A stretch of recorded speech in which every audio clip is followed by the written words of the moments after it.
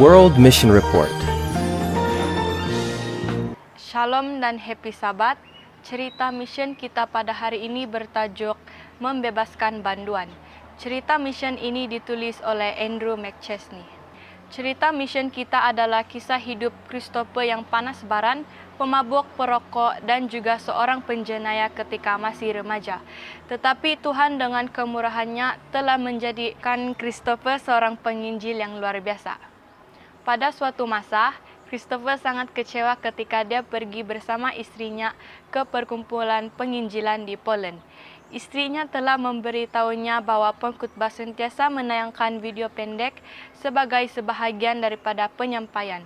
Tetapi kali ini dia tidak menayangkan video. Ini menyebabkan Christopher sangat kecewa. Di rumah, dia menjerit memaki hamun istrinya. Istrinya tidak dapat bersabar lagi dengan kata-kata suaminya yang selalu mengatakan hal-hal yang tidak baik terhadapnya. Esok saya akan pergi dan membawa anak-anak, katanya. Rumah ini tidak pernah mendengar apa-apa yang positif daripada kamu. Christopher mengutuk istrinya kemudian masuk tidur. Tetapi dia tidak dapat tidur. Beberapa waktu kemudian pada malam itu, dia bangun, pergi ke dapur dan mula bercakap dengan Tuhan. Saya tidak tahu sama ada engkau wujud, tetapi saya seorang yang sangat jahat, katanya. Saya melukakan hati istri tersayang dan anak-anak saya. Saya tidak mau hidup seperti ini. Bolehkah Tuhan bantu saya? Dia bercakap dengan Tuhan selama 30 menit. Di tempat kerja, Christopher dan rakan-rakan sekerjanya mengumpulkan uang mereka seperti biasa untuk minuman selepas bekerja. Tetapi Christopher tidak minum kali ini. Sebaliknya, dia terus pulang ke rumah. Ketika dalam perjalanan pulang, dia berdoa, Tuhan, hentikan istri saya daripada pergi. Di rumah, istrinya telah mengemas 3 beg pakaian dan bersedia untuk pergi bersama anak-anak. Sayang, berikan saya satu peluang lagi, kata Christopher. Bolehkah kita memulakan permulaan yang baru? Baiklah, saya akan memberi Anda satu lagi peluang, kata istrinya. Keesokan harinya, Christopher pergi berjumpa dengan pengkhotbah di perkumpulan penginjilan. Saya mau dibaptiskan, katanya. Istri saya merancang untuk dibaptis pada hari Jumat. Saya mau menyertainya. Pengkhotbah itu tahu bahwa jika dia menolak, Christopher mungkin tidak akan meminta untuk dibaptiskan lagi.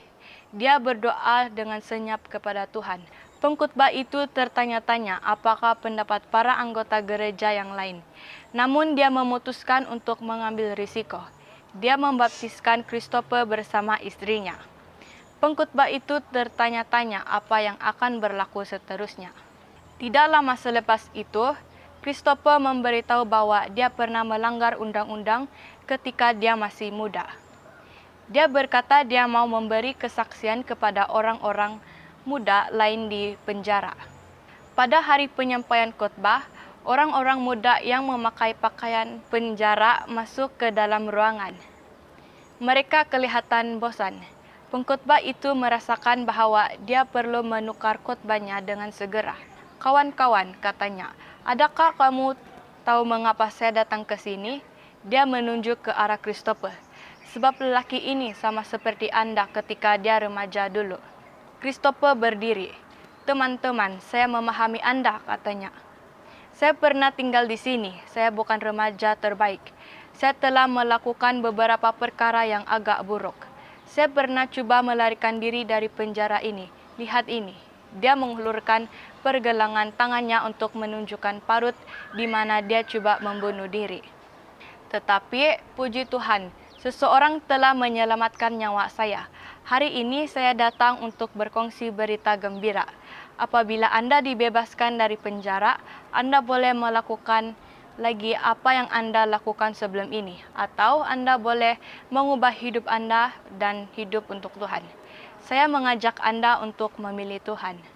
Selepas hari itu, Christopher dan pengkhotbah itu melawat penjara tersebut berkali-kali. Seorang kru televisyen Poland mengikuti mereka masuk. Kemudian seorang banduan muda memberitahu kru, kami sangat berterima kasih kepada orang-orang Seventh-day Adventist karena melawat kami. Mereka membawa Alkitab kepada kami. Kami tidak pernah mempunyai Alkitab sebelum ini. Kami sedang belajar tentang Yesus, keselamatan, pengampunan, dan peluang untuk memulakan kehidupan baharu. Kata-kata tahanan itu memberi dorongan kepada Christopher dan pengkhotbah dengan kegembiraan.